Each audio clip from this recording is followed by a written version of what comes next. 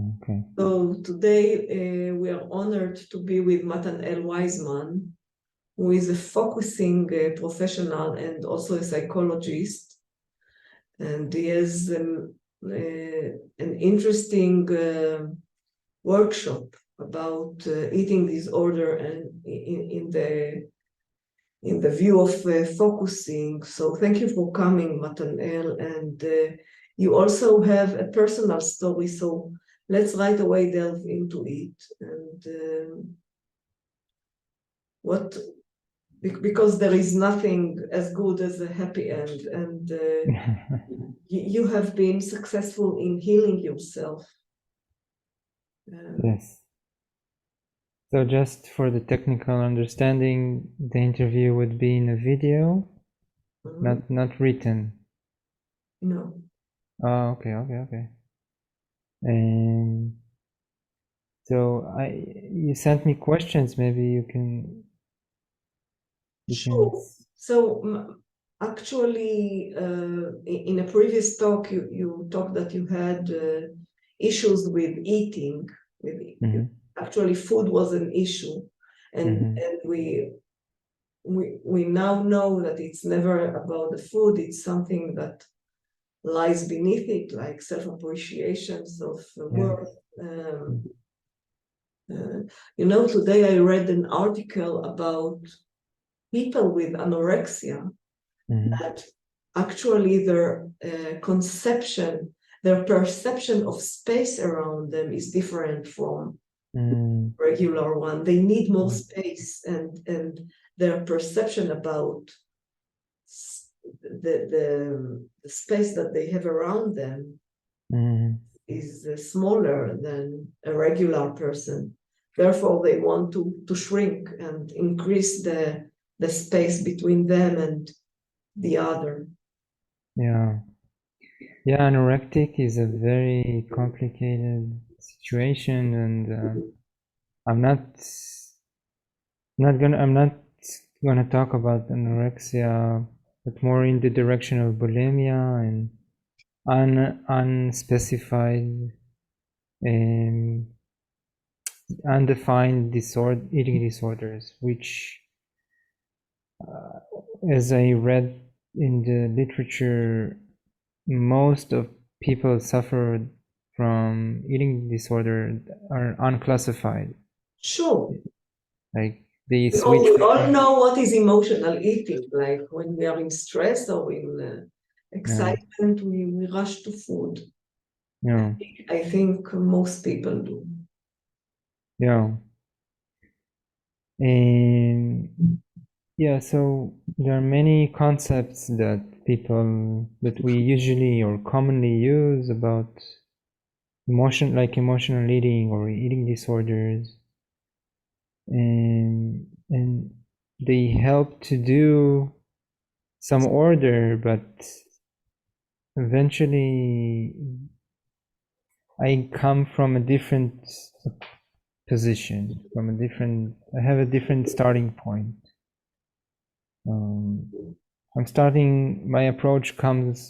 My healing came from starting from the phenomena, from the act, from the behavior, from the event, and coming as much as possible with open mind, not forcing concepts on the event, but letting the event speak for itself, and trying to see the whole event, the whole picture of the event, not looking for an emotion, not looking for some cause and effect, not looking for something like a trigger, or because not to interpret it, not to explain it, not to. Yes, exactly, to work. So looking into the event with our bodily felt sense, with our bodily understanding of the event. Because How does this contribute to healing, in your opinion? First of all,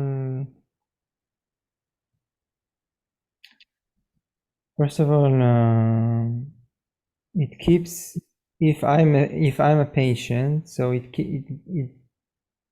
guards me, it keeps me the safety that it's my event, and it guards me, it keeps me in a safe space that my words count. You know, in eating issues, they speak about rebellious patterns. So this is a very critic way of seeing the act. But what's rebellious? Rebellious is this: I have my own words, I have my own view, I have a different view from the normal. Yes. So if it's my event, it's my eating. So it's contribute to healing by giving a chance for my body to tell what's the event about.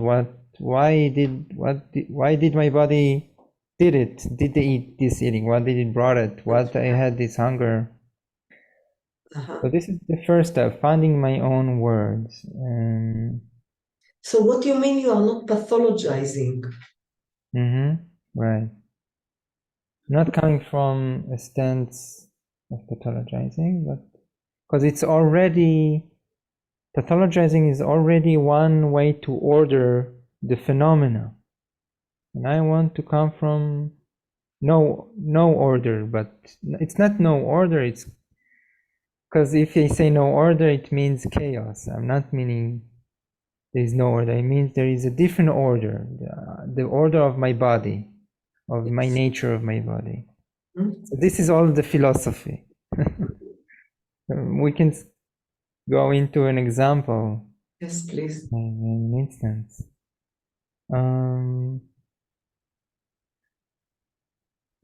So I'm trying to. So I will start the first example. The first time I understood that there's something about my hunger that it's not what usually people say or what I learned from many books and articles. I was in my apartment as a student, and I had a feeling that there is nobody in the world, and nobody for me in the world, and I'm alone, and I have nothing. No, there is no meaning for life. There's just nothing, just no meaning, nothing, just nothing. Yes. And then when I was in the corridor of my apartment, and it was about daylight, but afternoon, about 4 p.m. And as I was getting into the absolute nothing, like there is nothing in the world, I immediately I was going into the closet where the snacks and chocolate and stuff like that, and I was starting eating.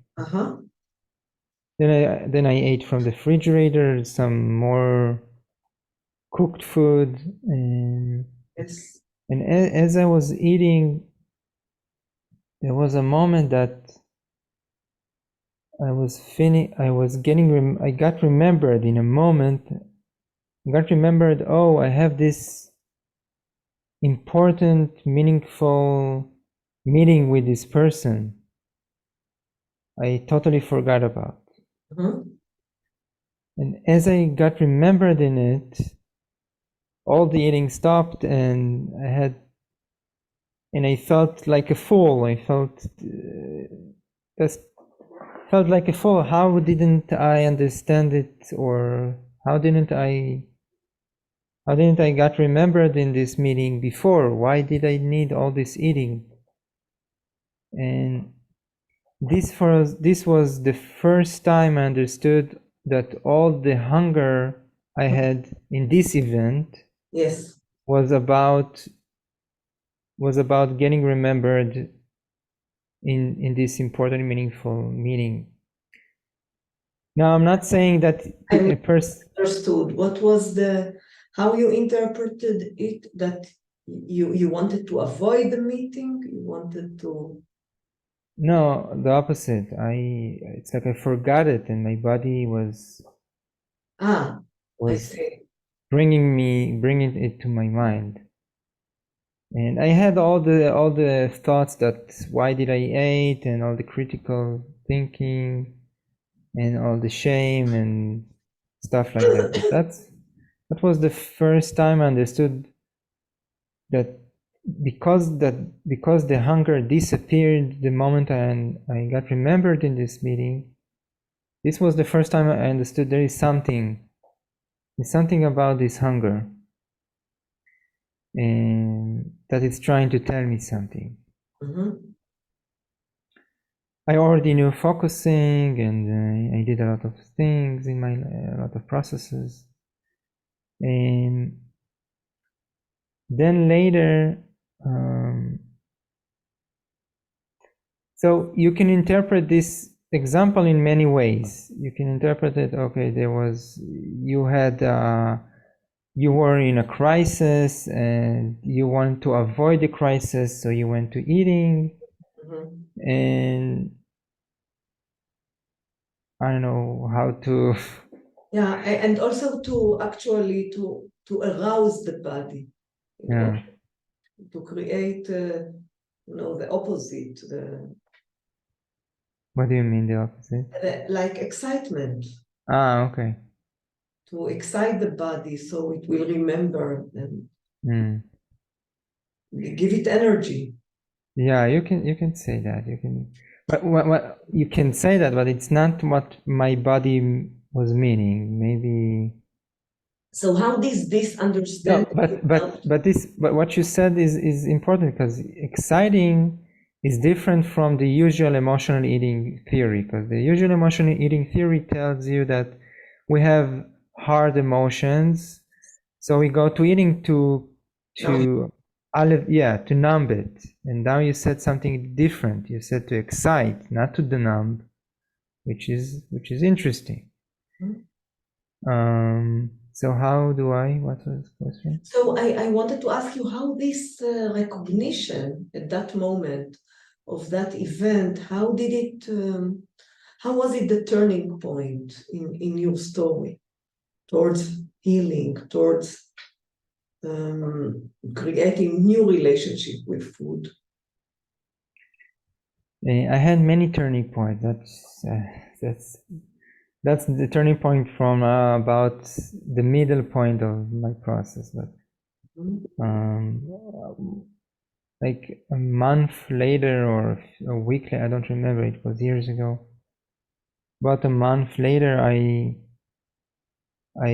had a moment that I received a text message from this person, and immediately had the urge to eat. And this was another turning point that I told myself, wait, the hunger came exactly with the text message. So probably it means something, because I was eating an hour ago and I was satiated. So I told myself, okay, it's a text message. I have time. I don't need to answer immediately. It's a text message.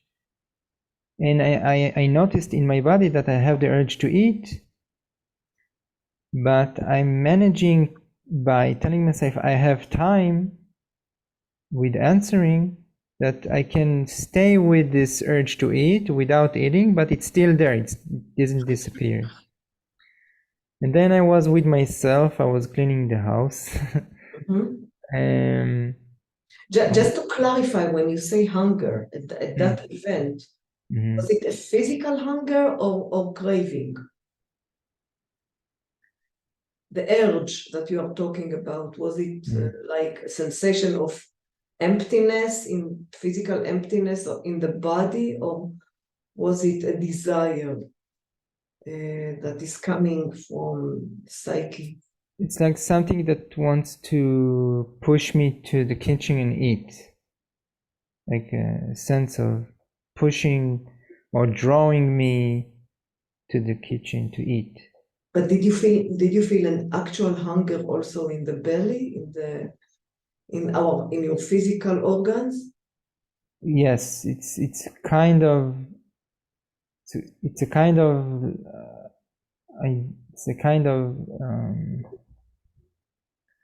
like I can physically eat a lot of food now, like I didn't eat an hour ago. Yes, okay. Like it's a physical. I'm not sure if science can. Yeah, my question is explain it. stupid because they are not separate, the psyche and the body. But please go on with the story. No, it's okay. It's a good question. It's important to make distinctions. But did I answer you? So you said that you were cleaning and you noticed that you can stay with the sensation of hunger and not eat. Yeah, and I was with it, and I was staying with it, trying to figure out why I have this hunger now. And then I understood that between me and this person, I don't want to cooperate in a professional manner, in a professional way. Mm-hmm. You can cooperate as a friend, but not the profession. And then I understood that my answer to the text message is no, I don't want to cooperate with you. The hunger disappeared. Wow. And then I understood, okay, there is something here. This hunger was trying to tell me something. Nice. And he was trying to tell me that I don't need to act from fear. Like I had some fear from this person. Sure. And I found like a deeper place, or you can say my actual self or my true self. Your Like it's essence. more my essence, my more existential self, concrete self. Yes. That's nice. How this miracle happened? And I'm trying to find more and more concepts for it, but since then I was going more and more to find. I found how to bring into the craving or this hunger, to bring time in it. When I bring time in it to think why did he came in this situation in this time. I started to see that the moment I realized something really big about my life, because all those situations were small stuff, right? Small issues. This text message with this person, Sure, of course. It's always like this this. meeting tomorrow. It's small things, but little triggers. Yeah, but but you need to understand something really big about life in order to advance. So this hunger comes in order to tell me I need to understand this big thing before I can go a step further. So Matanel, I think it's a miracle that you were able to bring time into the urge and let it linger there and stay there, and while you are entering inside and trying to understand what is happening. And you can say while I'm eating and while I'm eating or after eating. Yeah. Because the food is not carrying forward the digesting process. Of course. You can eat more and more and more. It doesn't register in the body. Sure. So you can do it as you eat, while you eat, it can make time to you to understand something big. Yeah. So about bringing, I love the phrase bringing time into it, give myself time and bring the, like you are adding another dimension into the habit. And but you know, the immediate reaction that I had to that is, what if, you know, people who have emotional eating, like we all do, I think, as human beings, they would say that once the genie is out of the bottle, then you are possessed. It's like you are possessed Right. by a spirit. So how do you summon time? How do you summon such help from time? I can understand how time can help you regulate it a bit, but it is such a strong force inside you. So what would you say about that? The word you used, strong, I don't need to after a long process with experiencing time differently and experiencing my true self, not in those you cannot start experience time differently in those moments before doing the work of experiencing time differently. Like, I mean, there is a process in focusing called clearing the space, which I really encourage people to try. I have on my YouTube channel the exercise. Right. So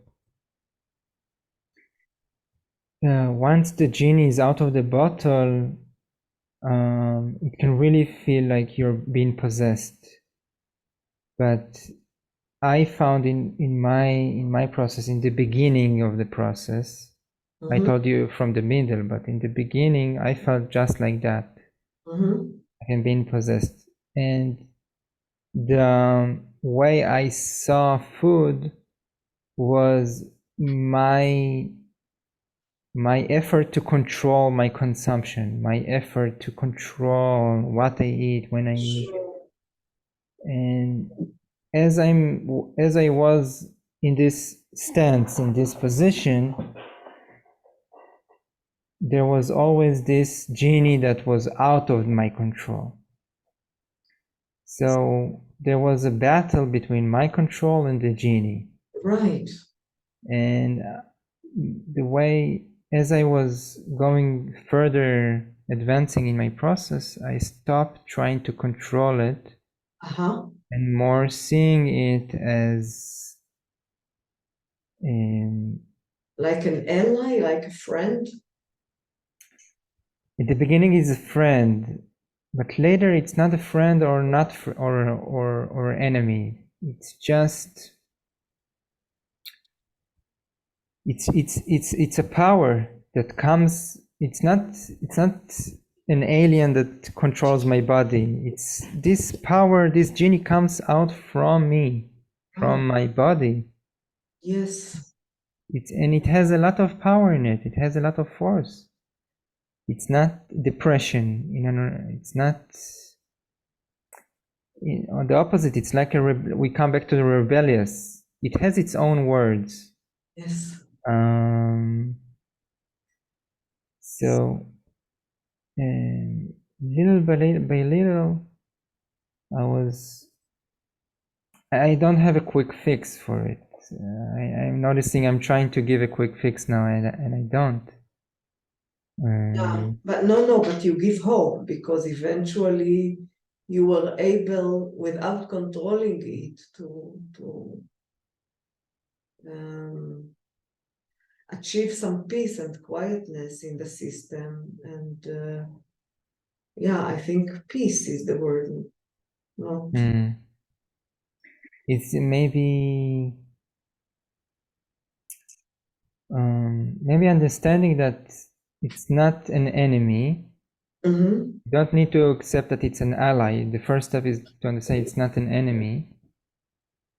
And then I have I will say something that brings some fear. No. I'm saying joining it. Yes. As I'm eating, I'm not trying to stop it. I'm trying to see what the eating is stopping. Because the eating is stopping me from doing something or thinking something. Ah. Like it is inhibiting something that you want that. Yeah, exactly. It's inhibiting something. Then I can see it, and then I can bring awareness and try to ask what it is trying to stop me from doing, thinking, acting. What is it trying to stop me from doing? Because it puts you like the eating comes and it's like a wall and you cannot penetrate it. It's like a living wall, and you try to stop the wall. Trying to stop the wall, you're trying banging your head in the wall, and it's not working because you keep banging your head. Exactly. But it's a wall. It's a very organic wall, and then instead of going this way against the wall, going back and asking why this wall is here, and then you can start to discover Yeah, something about so your you life. reframe the whole narrative from a demon that lives inside you to another narrative of like a conversation with it, like having cultivating some relationship with it, with this force. Yeah. And it's important to distinguish it from, like you distinguish between craving and actual hunger. It's important to distinguish when you're fasting, when you're not eating for a lot of hours, then obviously for me, physiologically, the body wants to eat a lot. If you're not eating the sufficient nutrition, then the body bursts with hunger. But I'm saying, well, you're satiated. You ate your lunch, and then hour later you had this big hunger.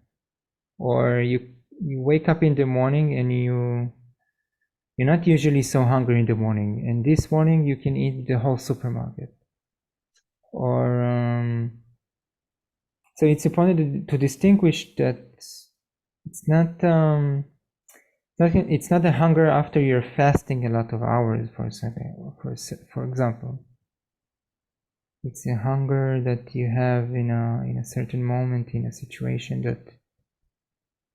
Yes, yeah, the distinction and the, I would say, discerning when it is a physical hunger, like when the belly is really shouting, and when it is an urge in that wants to block something, to be a buffer between you and the world. And so this is the $1,000,000 question. How do you discern?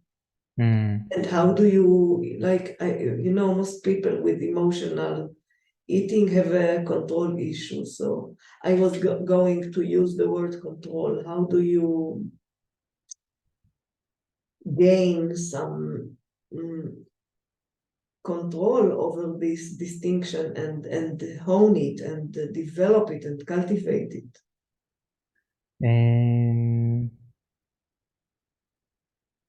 Like you are talking here about radical acceptance of it, the way you described it, and I wonder if you could say some words about this as a key to.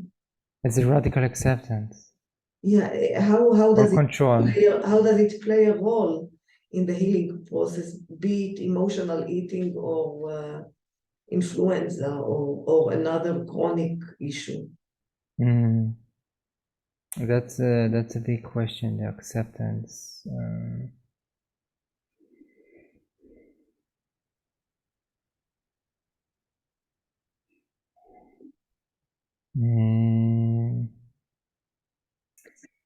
it needs to be more specific. The acceptance of what? Acceptance of the overeating, the acceptance of the eating itself, the acceptance That's of right. myself. I think it's the situation of your discomfort. Again, it doesn't have to be necessarily emotional pain, like emotional eating. It can be fibromyalgia or accepting, I think accepting things as they are without, yielding, without despairing. Like that the surrendering would be your decision. I now surrender to because I Mhm. decide so, not because I am forced to. Mhm. So maybe we can turn this around by saying, usually we think about despair as something really bad with no energies and not knowing what to do and being very miserable. But there is another quality of despair that you're saying, okay, I need to do something else because everything I'm doing is not working. I'm despair from all the things that I'm doing. And this, and then when you understand that all everything you do doesn't work and you like fully accepting this, like then opening our mind to try something different or new, this is where healing for me starts. Accepting that everything I'm trying to do is not. Yeah, I understand you. It's beautiful what you're saying now, that the opening itself is creating, a possibility to. Yes, and the accepting, this is what I accept. I accept that I did my best, and it's not the way. It's like coming back to this wall. I cannot go beyond this wall in this way. I need to do something else. So how focusing as a modality? Now I ask you as a psychologist and a professional in focusing. Mhm. How do you find focusing as a modality helpful to heal of emotional issues as well as physical issues? And focusing as a modality, and again, it's giving a very wide answer. Focusing is not the solution for all the emotional issues. It's not the solution for all stuck situations, but it helps to go in, helps to see that my body is stuck. I feel I can sense the stuckness in my body. I have an issue, emotional issue in my body. And as I'm having this emotional issue in my body, it has some kind of concretization. It has some kind of image, or has some kind of shape. It has some kind of movement. And then I can be in dialogue with it. I'm no longer this movement. I'm no longer this shape. I can see this. I can see it, and it's very close here to mindfulness. That you can watch it. You can Diffuse yourself of it. and then when you are out of it, you can start to articulate and different way around it. You can start to articulate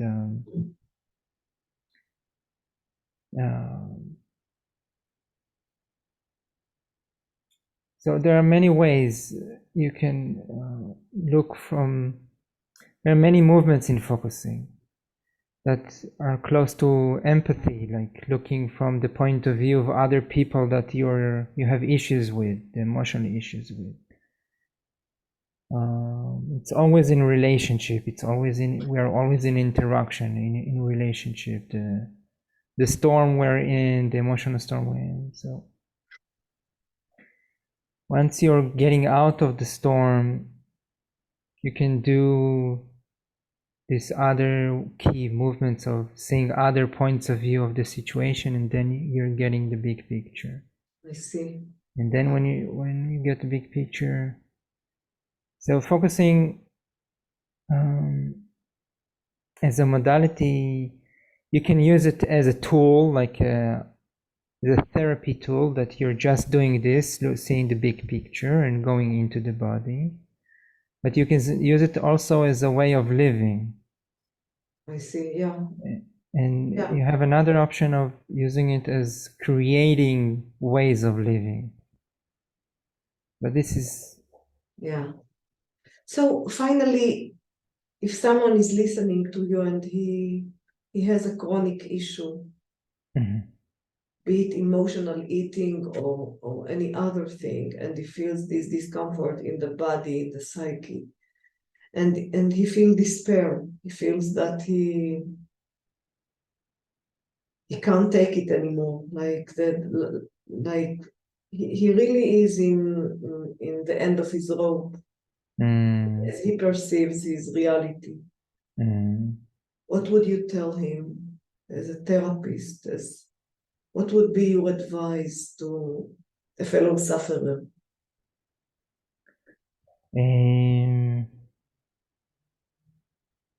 That's a big question, and there is no final answer to everyone that can satisfy everyone. There's an answer that I can say about people I was working with and about myself. And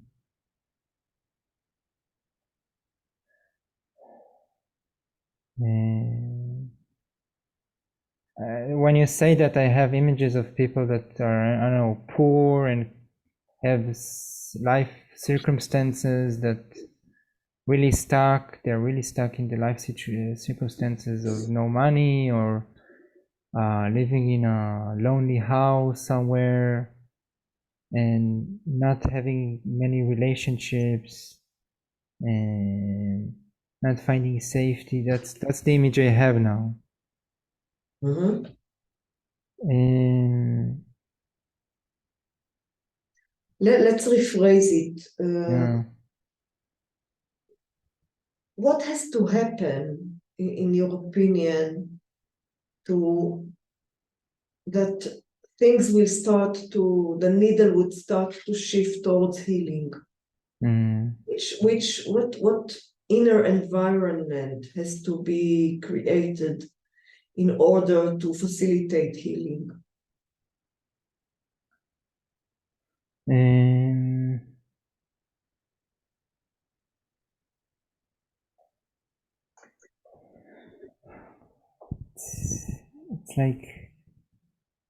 It's like I'm doing now.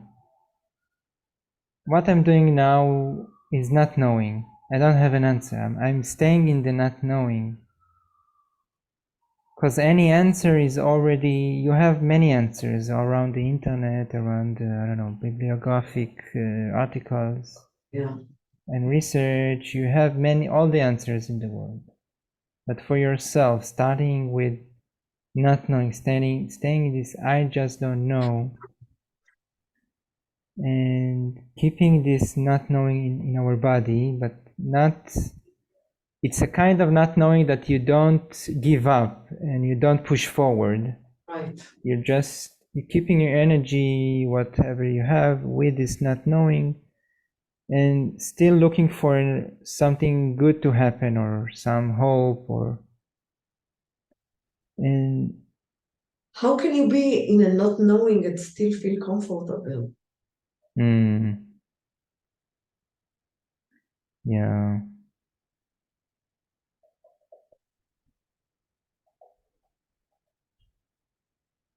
When you say comfortable, I feel you mean like safety, like safe. Yes, exactly.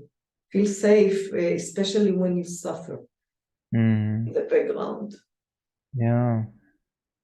You are right that, many people like rigid answers that will give them a sense of, even if they prefer to be wrong and have the illusion of safety, rather than be open to possibilities. Yeah.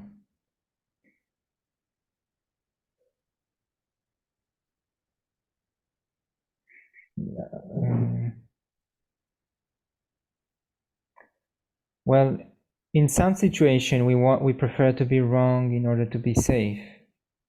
But there are certain moments where we feel a little safe with ourselves, or we have someone we know that we feel a little safe with him. And in those precious moments, then you can be with this not knowing. Not like you're walking all the day around and not knowing. Yeah. Some people you do it and they have good solutions, but they come up with great inventions. But in the certain moments you have with yourself or with a book, it's this willing to be open in certain moments to something I didn't heard that can take me a step forward. Yeah. Wow. This talk was very enlightening, and it gives you a lot to think about. About the habits of of our rigidity, how we interpret, how we are imposing Our what? all our knowledge, our theories, our dogmas, our convictions about reality. Yeah, I think it takes courage to be so open to. Yeah, it's like trusting our body that it has something different. It can create something new. That's a big statement. Yeah. So, Matanel, really, thank you so much for instilling this hope and for sharing your wisdom and experience. Thank you. Thank you too. Thank you for your time.